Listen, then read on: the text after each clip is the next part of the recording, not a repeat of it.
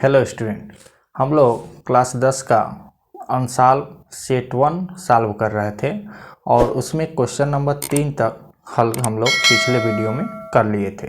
यहाँ पे उसके आगे क्वेश्चन नंबर 4 हम लोग हल करेंगे। तो क्वेश्चन नंबर 4 का क देखिए, इसमें क्या कह रहा है।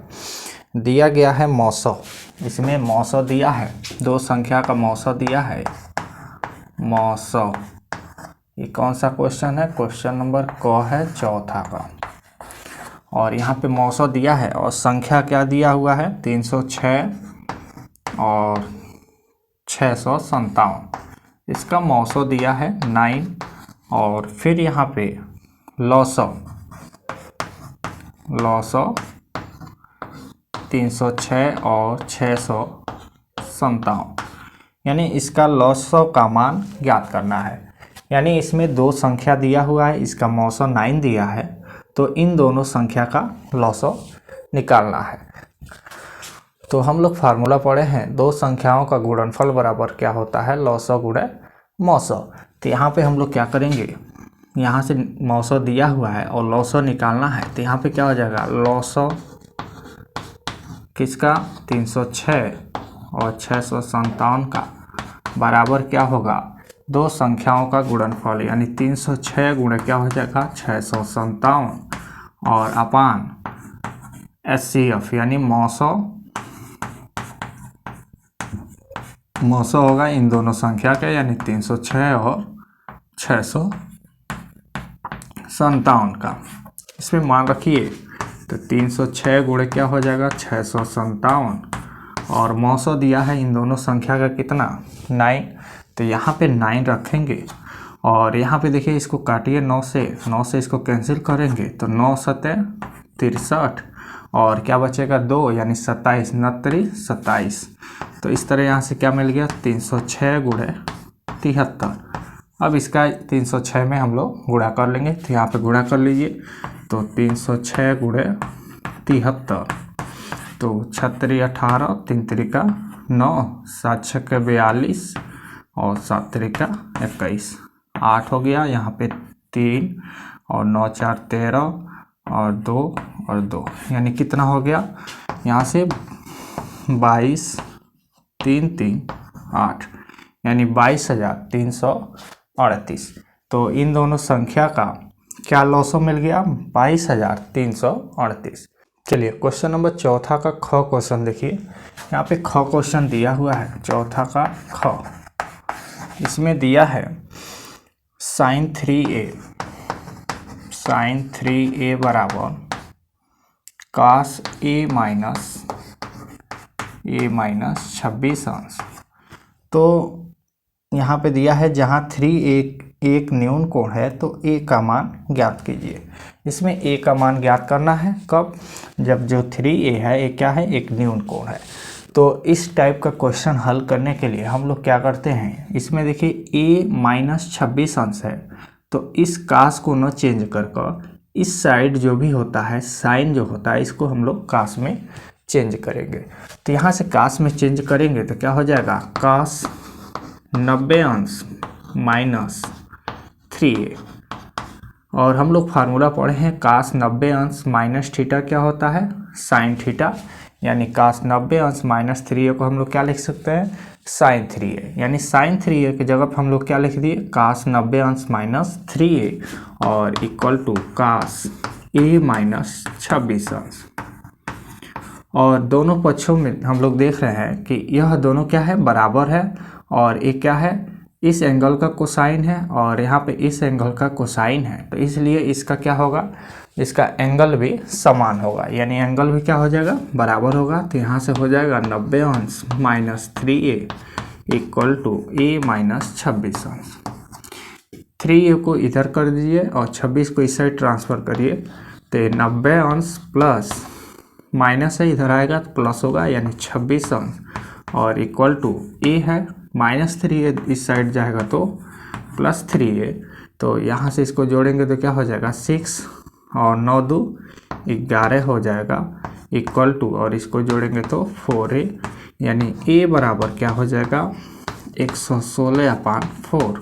इसको काट दीजिए, इसको कैंसिल करिए, तो क्या हो जाएगा 4 दूना 8 और कितना बचा 3 बचा, और यानी 36, तो 4 9 36, यानी जो ए का मान होगा यहाँ पे कितना होगा 29 अंश। तो इस तरह इस क्वेश्चन का आंसर क्या हो गया ए इक्वल टू 29 अंश। अब इसके बाद से अगला क्वेश्चन देखिए, अगला क्वेश्चन ग, तो क्वेश्चन नंबर 4 का हम लोग ग यहाँ पे हल करेंगे। तो 4 का ग में कह रहा है कि 10 मीटर लंबी एक सीढ़ी एक दीवार पर टिकाने पर भूमि से 8 मीटर की ऊंचाई पर स्थित एक खिड़की तक पहुंचती है। दीवार के आधार से सीढ़ी के निचले सिरों की दूरी ज्ञात कीजिए। तो यहाँ पे 10 मीटर लंबी एक सीढ़ी है और दीवार पर टिकाने पर भूमि से 8 मीटर की ऊंचाई पर स्थित एक खिड़की तक पहुंचती है। यानी यह एक खिड़की है। यहाँ पे क्या है, यह दिया है 8 मीटर ऊंचा और सीढ़ी कितना है 10 मीटर लंबाई दिया है, सीढ़ी का लंबाई दिया है 10 मीटर। इसमें दे रहा है दीवार का जो आधार है, तो आधार यही है, इस आधार से इस सीढ़ी का दूरी बताना है। यानी ऐसे हम लोग बना लेंगे और ये हो गया ए बी सी। और यहाँ पे क्या निकालना है, बी सी दूरी निकालना है। तो बी सी दूरी निकालने के लिए हम लोग क्या करेंगे, यहाँ पे देख रहे हैं क्या बन रहा है, एक समकोण त्रिभुज बन रहा है। और समकोण त्रिभुज बन रहा है, इसमें 2 भुजा दिया हुआ है, तीसरा भुजा ज्ञात करना है। तो यहाँ पे हम लोग क्या करेंगे, पाइथागोरस प्रमेय लगाएंगे। तो यहाँ पे क्या हो जाएगा, त्रिभुज, यहाँ से होगा त्रिभुज ए बी सी में, और इसमें पाइथागोरस प्रमेय लगाएंगे तो ये 90 अंश का कोण बन रहा है। और 90 अंश के सामने वाला जो भुजा होता है ये क्या होता है, कर्ण होता है। यानी तो कर्ण का स्क्वायर यानी ए सी का स्क्वायर इक्वल टू, और लंब का स्क्वायर यानी ए बी का स्क्वायर प्लस बी सी का स्क्वायर। और ए सी यहाँ पे दिया है कितना 10 मीटर यानी 10 का स्क्वायर और इक्वल टू, और ए बी कितना दिया है 8 मीटर यानी 8 का स्क्वायर और प्लस बी सी का स्क्वायर। तो यहाँ से 10 का स्क्वायर 100 हो जाएगा और 8 का square 64 equal to plus B C square. तो 64 को हम लोग क्या करेंगे, इस साइड लाएंगे तो क्या हो जाएगा 100, और इधर क्या है प्लस है तो इधर आएगा तो माइनस 64 होगा equal to B C square. यानी B C square equal to क्या हो जाएगा, 100 में से 64 घटाएंगे तो 10 में से 4 गया कितना होगा 6, और 9 में से 6 गया 3 यानी 36, और यहाँ से स्क्वायर हटेगा तो क्या हो जाएगा रूट में चला जाएगा। यानी बी सी बराबर क्या हो जाएगा अंडर रूट 36, यानी यहाँ से बी सी का मान कितना हो गया 6 मीटर। तो इस तरह इस क्वेश्चन में जो पूछ रहा है कि दीवार के आधार से सीढ़ी के निचले सिरों की दूरी ज्ञात कीजिए। तो दीवार के आधार से सीढ़ी का जो निचला सिरा है इसका दूरी कितना मिल गया 6 मीटर। चलिए क्वेश्चन नंबर 4 का घ देखिए, यानी चौथा का हम लोग घ हल करेंगे। और क्वेश्चन नंबर 4 का घ क्या कह रहा है, इसमें कह रहा है 5.8 सेंटीमीटर लंबाई का एक रेखाखंड खींचिए और इसे 4 संबंधित 3 के अनुपात में विभाजित कीजिए और दोनों भागों की माप लिखिए। तो इसमें सबसे पहले हम लोग क्या करेंगे, यहाँ पे लिखेंगे सर्वप्रथम 5 सर्वप्रथम हमने क्या किया, स्केल से 5.8 सेंटीमीटर का एक रेखा ए बी खींचा,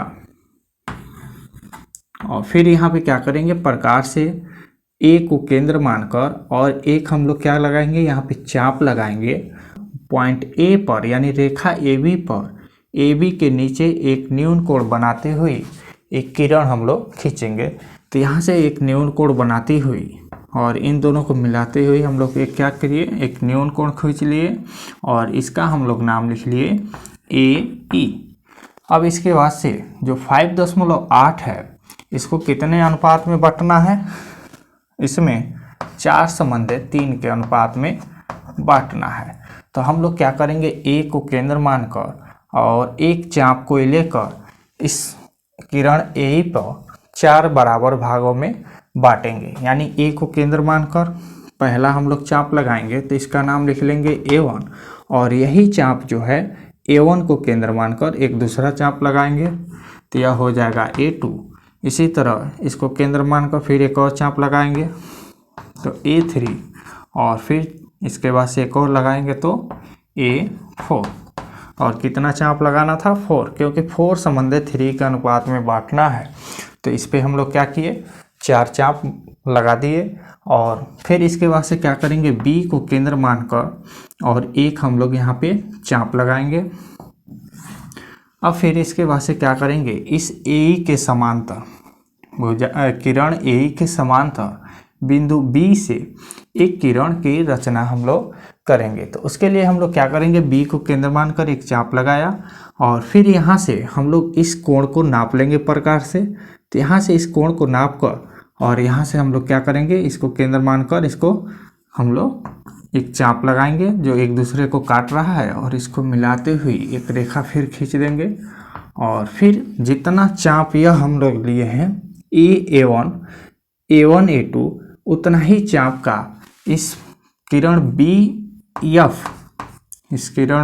पे हम लोग क्या करेंगे 3 चाप लगाएंगे। यहाँ कितना है 4 संबंधित 3, तो ऊपर हम लोग क्या करेंगे उतना ही चाप 3 चाप हम लोग लगाएंगे। तो एक चाप हो गया, फिर यह 2 चाप हुआ और यह हो जाएगा 3 चाप और इसका नाम लिख लेंगे B1 B2 B3 और B3 को हम लोग A4 से मिला देंगे। हम लोग नाम लिख लेंगे D, यानी AB रेखा को जो B3 A4 है यह क्या कर रहा है बिंदु D पे काट रहा है। तो जो AD है यानी बिंदु D है इस रेखाखंड AB को क्या कर रहा है 4 संबंधित 3 के अनुपात में विभाजित कर रहा है। तो इस तरह हम लोग इसको क्या करेंगे प्रकार से इसका हम लोग रचना कर लेंगे। ठीक है, इसके बाद से अगला क्वेश्चन देखिए नंबर 5। देखिए क्वेश्चन नंबर 5 में कह रहा है सभी खंड कीजिए। 5वां का क देखिए, क्वेश्चन नंबर 5 का क,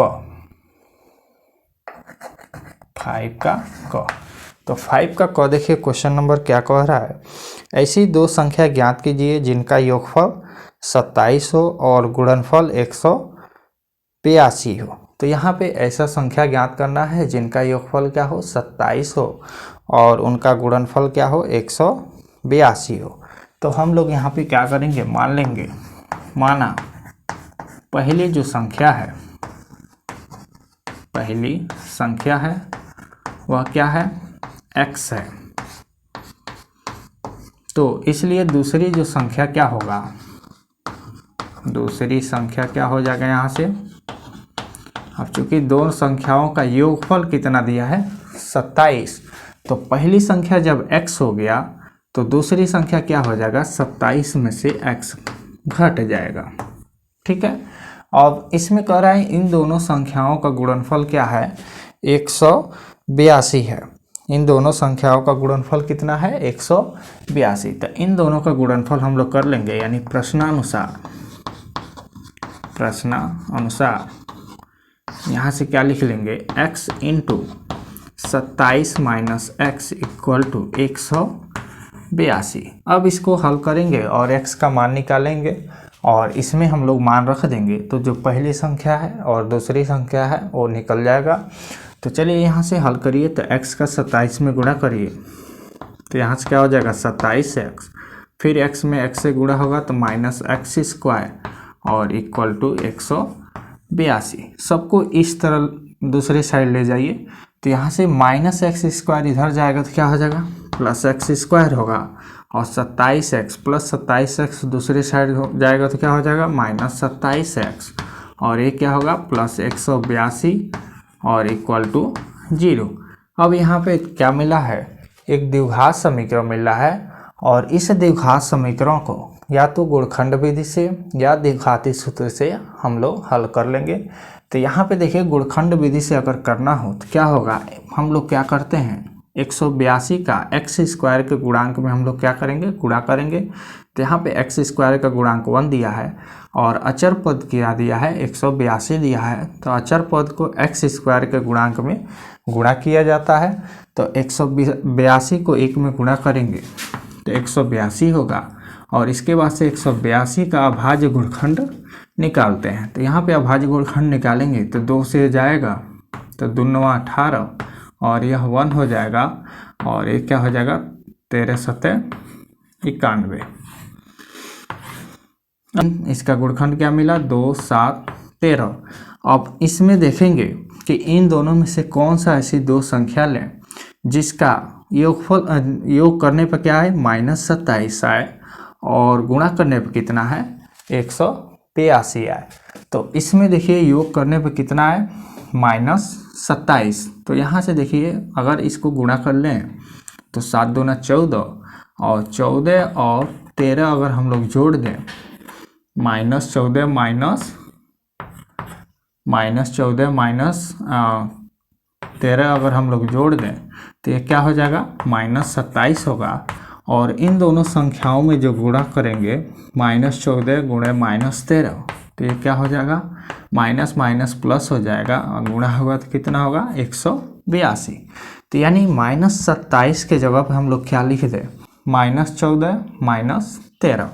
तो यहाँ पे हम लोग क्या लिख लेंगे x² और यहाँ पे हम लोग लिख देंगे प्लस और -27 के जगह क्या लिख दिए -14 और -13 और यहाँ पे क्या है x है तो x और प्लस 182 = 0।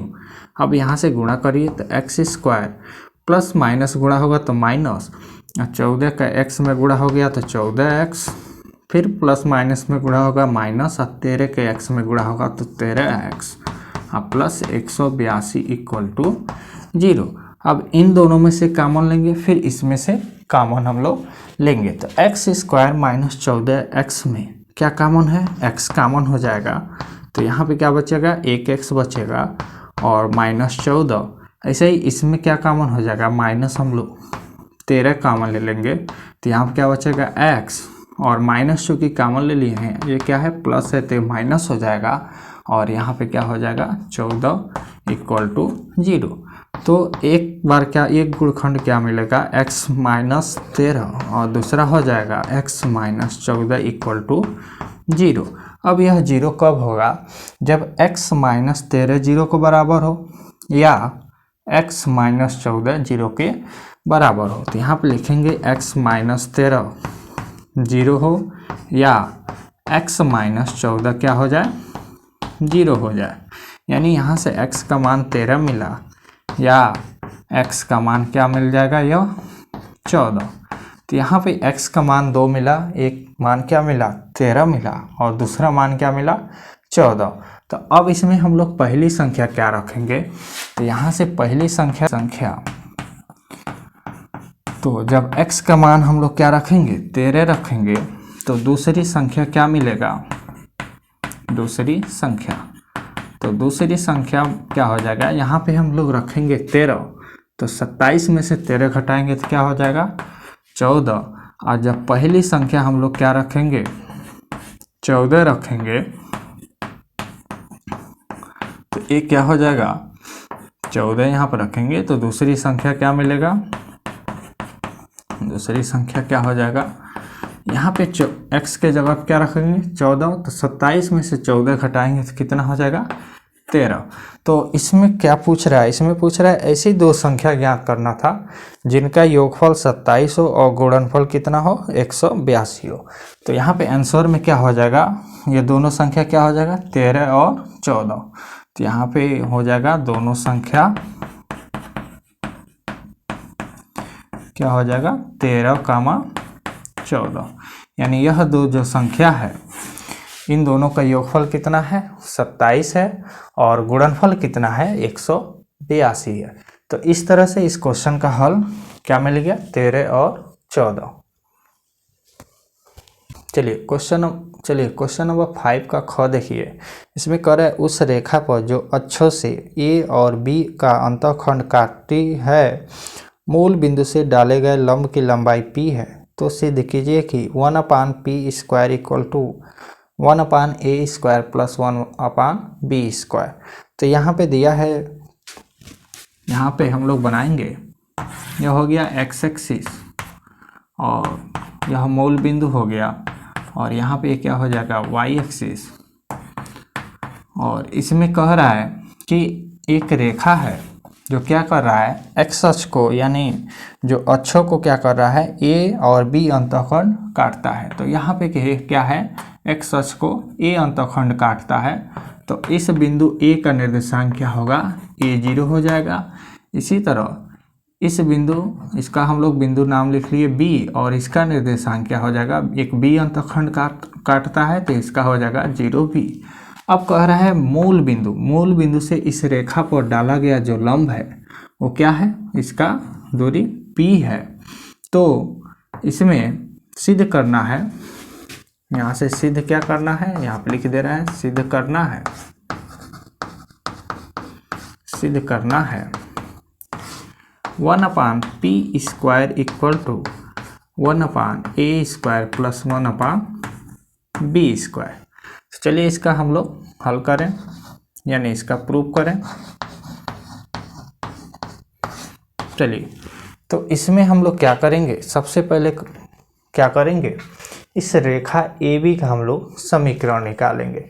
तो यहाँ पे हम लोग लिखेंगे रेखा AB का समीकरण।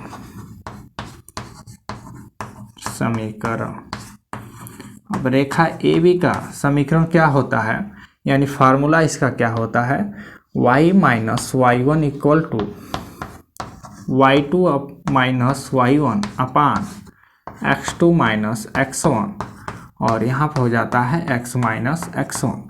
और यह जो हम फार्मूला लिखे हैं, यह दो बिंदुओं से होकर जाने वाली रेखा का समीकरण का सूत्र है। अब इसमें हम लोग क्या करेंगे, इसको अगर x1 मान लें और यह y1 हो जाएगा, तो यह क्या होगा, x2 होगा और यह y2 होगा। अब इसमें मान रखेंगे तो y माइनस y1 यहाँ क्या लिए हैं, 0, तो यहाँ पे क्या हो जाएगा 0, और इक्वल टू y2 क्या लिए हैं, b, और माइनस y1 क्या लिए हैं, यहाँ पे y1 क्या है, 0 है, तो यहाँ पे माइनस 0, और इसी तरह x2 क्या है, x2 यहाँ पे 0 है, और माइनस x1 क्या है, a, और यहाँ पे x माइनस x1 क्या मिला है, a। अब इसको हल करेंगे तो यहाँ से मिलेगा y इक्वल टू, और b माइनस 0 क्या होगा, b, और 0 माइनस a क्या हो जाएगा, माइनस a, यानी माइनस यहाँ पर होगा, और ये क्या हो जाएगा, x माइनस a। इस a को इधर गुणा कर लेंगे तो यहाँ से क्या हो जाएगा, ay इक्वल टू, अब माइनस b का इसमें गुणा करेंगे तो माइनस bx, अब माइनस माइनस प्लस ab। अब यहाँ से हम लोग क्या करेंगे, इसको इस साइड लाएंगे तो यहाँ से हो जाएगा ay प्लस bx, तो bx को हम पहले लिख दे रहे हैं, यहाँ पर हो गया bx प्लस ay, और माइनस ab इक्वल टू 0। इसको हम लोग समीकरण 1 ले लेंगे। अब यहाँ पे कह रहा है कि मूल बिंदु से इस रेखा पर डाला गया लंब की लंबाई क्या है, p है। तो मूल बिंदु का निर्देशांक क्या होता है, 0 0, और किसी भी बिंदु से किसी रेखा पर डाला गया लंब का फार्मूला क्या होता है, यानी d बराबर होता है ax1 plus by1 plus c अपान √a² प्लस b²। यहाँ पे d क्या दिया है, p दिया है, तो यहाँ पे हम लोग लिख देंगे p, और a क्या है, यहाँ पे क्या है, b है, और x1 क्या है, यहाँ पे 0 है, यानी मूल बिंदु से डाला गया है, तो यहाँ पे हो जाएगा 0, और प्लस b की जगह क्या है, a है, तो यहाँ पे a लिख लिए, और y1 क्या है, y1 भी 0 है, प्लस c के जगह क्या है, माइनस ab, तो यहाँ पे लिख लिए माइनस ab, और अपान √a के जगह क्या लिखना है, a के जगह पर रखना है b, और b के जगह पर क्या रखना है, a, यानी √ क्या होगा, b² प्लस a²। अब इसको हल करेंगे तो b का 0 में गुणा करेंगे तो 0 हो जाएगा, और a को 0 में गुणा करेंगे तो क्या हो जाएगा, 0, और ऊपर क्या मिलेगा, माइनस ab अपान √b² प्लस a²। और इसको हम यहाँ पे मिटाकर रख दे रहे हैं। तो यहाँ से आगे हल करेंगे तो p बराबर क्या हो जाएगा, p बराबर होगा माइनस ab अपान √a² प्लस b²। अब दोनों पक्षों का क्या कर देंगे, वर्ग करेंगे। तो दोनों पक्षों का वर्ग करेंगे तो ये बी स्क्वायर हो जाएगा, और माइनस ए बी का वर्ग करेंगे तो क्या मिलेगा, ए स्क्वायर बी स्क्वायर हो जाएगा, और इसका वर्ग होगा तो अंडर रूट हट जाएगा, यानी A square plus B square. और यहाँ से आप क्या करेंगे, 1 पी स्क्वायर जब करेंगे तो ये क्या हो जाएगा, ये ऊपर चला जाएगा, यानी A square plus B square upon क्या हो जाएगा, ए स्क्वायर बी स्क्वायर। अब इसको अलग अलग करेंगे तो यहाँ सब मिल गया 1 पी स्क्वायर और A square upon A square B square plus B square upon A square B square. अब यहाँ से फिर आगे हल करेंगे तो देखिए क्या मिलेगा, यहाँ से ए स्क्वायर से ए स्क्वायर कैंसिल होगा, ऊपर 1 बचेगा, और यहाँ पे बी स्क्वायर से बी स्क्वायर कैंसिल होगा, ऊपर क्या मिला 1, यानी 1 पी स्क्वायर बराबर क्या मिला, 1 बी स्क्वायर प्लस 1 ए स्क्वायर। और 1 पी स्क्वायर को हम लोग लिख सकते हैं 1 ए स्क्वायर प्लस 1 बी स्क्वायर। और यही यहाँ पे प्रूफ करना था। और यह क्लास 10 का क्वेश्चन नहीं है, यह क्लास 11th का क्वेश्चन है। तो इसको देख लीजिएगा अंसाल में कि यह और कोई अंसाल में कि यह उस अंसाल में दिया है कि नहीं। तो यह क्वेश्चन 11 का क्वेश्चन है। तो चलिए इसके बाद से अगला क्वेश्चन हम लोग ग करते हैं। 5 का ग देखिए क्या कह रहा है, 5 का ग कह रहा है एक लंबवृत्तीय शंकु के आधार की परिधि, यानी लंबवृत्तीय शंकु है उसका आधार का परिधि जो दिया है वह दिया हुआ है, और परिधि दिया है यहाँ पे 24 पाई सेंटीमीटर।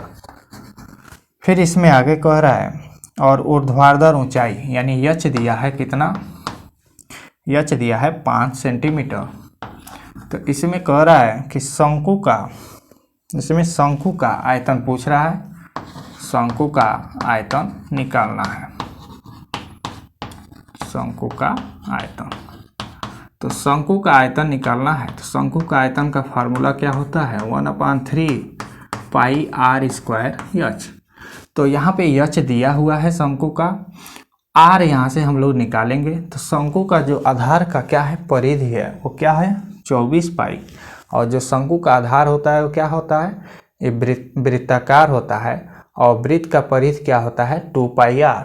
तो यहाँ से हम लोग क्या करेंगे पाई आर, 2 पाई आर बराबर क्या हो जाएगा 24 पाई, और पाई से पाई कैंसिल और 2 से कैंसिल होगा तो क्या हो जाएगा 12, यानी आर का मान क्या हो जाएगा 12 सेंटीमीटर। अब फार्मूला में मान हम लोग रख देंगे तो 1/3 और पाई का मान 22/7 और आर का मान क्या रखना है 12, और आर का स्क्वायर है तो 2 बार 12 रख लिए, और एच का मान कितना रखना है 5। अब इसको हल करेंगे तो 22 का 12 का 12 में गुणा कर लीजिए, तो 12 का 12 में गुणा होगा तो 144, और 22 का 5 में गुणा कर लीजिए यहाँ पे तो 5 दूना 10 और 5 दूना 10 1 11, और अपान 7 तरीके 21। अब इसको गुणा कर लीजिए तो 11 से इसमें गुणा करिए तो 11 चौको 44, 4 बचा, और 11 चौको 44 और 4 48, और फिर क्या मिला 4, और 11 का 11, 11 4 कितना हो गया 15, और 1 0 बढ़ गया अपान 21, और इतना ही क्या हो जाएगा सेंटीमीटर क्यूब। तो शंकु का आयतन क्या हो जाएगा 15,840 अपान 21 सेंटीमीटर क्यूब। तो इस तरह इस क्वेश्चन का हल यहाँ पे हो गया। अब इसके बाद से अगला क्वेश्चन हम लोग करेंगे।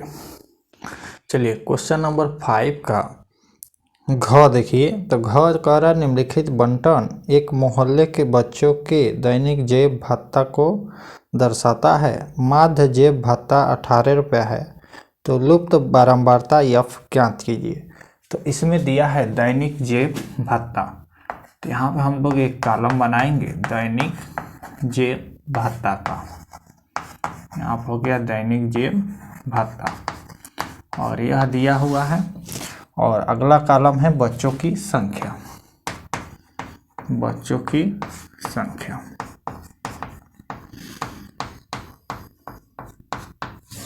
चलिए, तो दैनिक जीव भत्ता में क्या दिया है 1113। 11 से 13 के बीच बच्चों की संख्या कितना है 7 है। और ऐसे ही 13 से 15 और इसके बीच बच्चों की संख्या 6 है। और फिर 15 से 17 और ये कितना है 9 है। और फिर अगला 17 से 19 और यह कितना दिया है 13। और 19 से 21 यह क्या है यफ है। और 21 से 23 यह दिया है 5। और 23 से लेकर 25 यह कितना दिया है 4। और इस क्वेश्चन में क्या दिया हुआ है, इसमें दिया है माध्य जीव भत्ता, यानी इस क्वेश्चन में माध्य दिया हुआ है। माध्य क्या दिया है यहाँ पे माध्य, यानी माध्य को हम लोग डिनोट करते हैं x बार से। और माध्य दिया है 18 रुपया। इसमें 18 रुपया माध्य दिया है, तो इस f का मान निकालना है। तो यहाँ पे क्या दिया है माध्य दिया है और f निकालना है। तो इसके लिए हम लोग यहाँ पे क्या करते हैं, या तो इसको प्रत्यक्ष विधि से या कल्पित माध्य विधि से या पग विचलन से इस क्वेश्चन को हल करते हैं और उसमें माध्य के जगह पे 18 रखते हैं, तो f का मान निकल जाता है। तो यहाँ पे हम लोग क्या कर रहे हैं, इस क्वेश्चन को कल्पित माध्य विधि से हल कर रहे हैं। तो इसके लिए क्या करेंगे, यह क्या है fi है। और यहाँ पे कल्पित माध्य विधि से हल करेंगे तो कॉलम क्या बनाएंगे दूसरा xi का। और xi क्या है वर्ग चिन्ह है। और हम लोग वर्ग चिन्ह कैसे निकालते हैं, दोनों को जोड़ कर 2 से हम लोग क्या करते हैं भाग देते हैं और यहाँ पे लिख देंगे। फिर ऐसे ही 13 और 15 को जोड़ के 2 से भाग देंगे और इसके सामने रखते जाएंगे।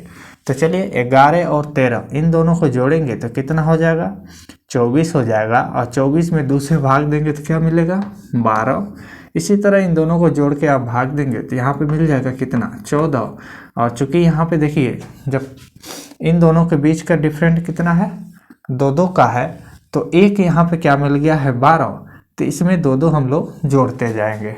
तो यहाँ पे 12 हो गया, तो ये कितना हो गया 14 और 14 2 16 और 16 2 18, 18 2 20, 20 2 22 और यह क्या मिल जाएगा 24। अब इसके बाद से हम लोग क्या करते हैं, इसमें जो बीच में है इसको किसी को a हम लोग मान लेते हैं। तो 18 को हम लोग क्या मान लिए a। अब यहाँ पे क्या निकालेंगे di। और di कैसे मिलता है xi माइनस a। di हम लोग निकालते हैं xi माइनस a से। तो यानी क्या करेंगे 12 में से 18 घटाएंगे तो कितना मिल जाएगा यहाँ पे -6। और उसी तरह 14 में से जब 18 घटाएंगे तो कितना होगा -4। और 16 में से 18 घटाएंगे तो -2 और यह क्या हो जाएगा 0। अब इसके बाद से यह माइनस वाला चिन्ह है, तो इधर हम लोग क्या करेंगे डायरेक्ट ऐसे मान लिख लेंगे। क्या हो जाएगा 2 हो जाएगा, यह 4 होगा, यह होगा 6। जब 0 आ गया तो इधर -2 -4 -6 आया है, तो यहाँ पे हम लोग क्या लिख देंगे +2 +4 +6। अब इसके बाद से fi di निकालेंगे, fi di। और fi di देखिए कैसे निकालेंगे, यहाँ पे fi है और ये क्या मिला है di, यानी 7 का किसी में गुणा करेंगे 6 में, तो 7 6 के 42 यानी -42। और ऐसे ही 6 चौको 24 -24 होगा। और 9 का 2 में गुणा होगा तो -18। और 13 का 0 में गुणा होगा तो 0। f का 2 में गुणा होगा तो 2f। और यहाँ से 5 का 4 में गुणा होगा तो 20 हो जाएगा। और 4 का 6 में गुणा होगा तो 24। और यहाँ से इसको अब क्या करेंगे जोड़ लेंगे, यानी सिग्मा fi di हम लोग निकालेंगे। तो चलिए जोड़िए। तो यहाँ पे देखिए +24 है और यह क्या है -24 है, तो यह दोनों जुटेगा तो क्या हो जाएगा 0 हो जाएगा। उसी तरह यहाँ पे क्या है ये +20 है और 20 में से -18 करेंगे तो इधर क्या मिला +2। और +2 जब बचेगा तो इसमें +2 जोड़ेंगे तो ये क्या हो जाएगा -40 और प्लस क्या होगा 2f। तो यानी यहाँ से क्या मिल जाएगा -40 + 2f। इसी तरह सिग्मा हम लोग क्या निकालेंगे सिग्मा fi निकालेंगे। तो यहाँ पे हम लिख दे रहे हैं सिग्मा fi। चलिए इसको जोड़िए तो ये क्या हो जाएगा, देखिए यहाँ से 5 4 9 और 9 9 18 और 18 6 क्या हो जाएगा 24 और 24 और 7, 24 7 हो जाएगा 31, और 31 13 कितना होगा, 31 13 हो जाएगा 44, और प्लस क्या हो जाएगा यफ, यानी यहाँ पे क्या मिल गया 44 प्लस यफ। अब यहाँ से हम लोग कल्पित माध्य विधि से इसको हल कर रहे हैं, तो यहाँ से कल्पित माध्य विधि का फार्मूला लिखेंगे, कल्पित माध्य विधि। अब कल्पित माध्य विधि से कैसे हम लोग माध्य निकालते हैं, यहाँ पे लिखते हैं माध्य बराबर a plus sigma F I D I upon क्या होता है सिग्मा एफ आई। यहाँ पे माध्य दिया हुआ है, माध्य खर्च कितना दिया है 18 रुपया, तो यहाँ पे लिख लेंगे 18 रुपया, और a हम लोग यहाँ पे क्या निकाले हैं 18 plus sigma F I D I, sigma F I D आई यहाँ पे क्या मिला है -40 प्लस 2f, तो यहाँ पे मान रख लेंगे -40 प्लस 2f, और सिग्मा एफ आई क्या मिला है 44 प्लस एफ, तो यहाँ पे रखेंगे 44 प्लस एफ। 18 को इधर ट्रांसफर करेंगे तो क्या हो जाएगा 18 माइनस 18, और इक्वल टू क्या मिलेगा -40 प्लस 2f, और अपान क्या हो गया 44 प्लस एफ। 18 में से 18 गया, ये क्या हो गया 0, और -40 प्लस 2f, और अपान क्या हो गया 44 प्लस एफ। 44 प्लस एफ इधर आएगा तो क्या हो जाएगा 0 से उसमें गुणा होगा, और किसी में भी अगर 0 से गुणा किया जाता है तो उसका मान क्या आता है 0 आता है, तो यानी यहाँ से क्या हो जाएगा 0 बराबर क्या मिल जाएगा -40 प्लस 2f। -40 को इस साइड ट्रांसफ़र करेंगे तो क्या हो जाएगा 40 बराबर 2f, तो यानी f बराबर क्या हो जाएगा 40/2, यानी f का मान क्या मिल गया 20। तो इस तरह जो बारंबारता में जो f लुप्त था, यानी f का मान निकालना था, और f का मान क्या मिल गया 20, और हम लोग यहाँ पे कल्पित माध्य विधि का प्रयोग करके f का मान निकाल दिए, f का मान हो गया 20।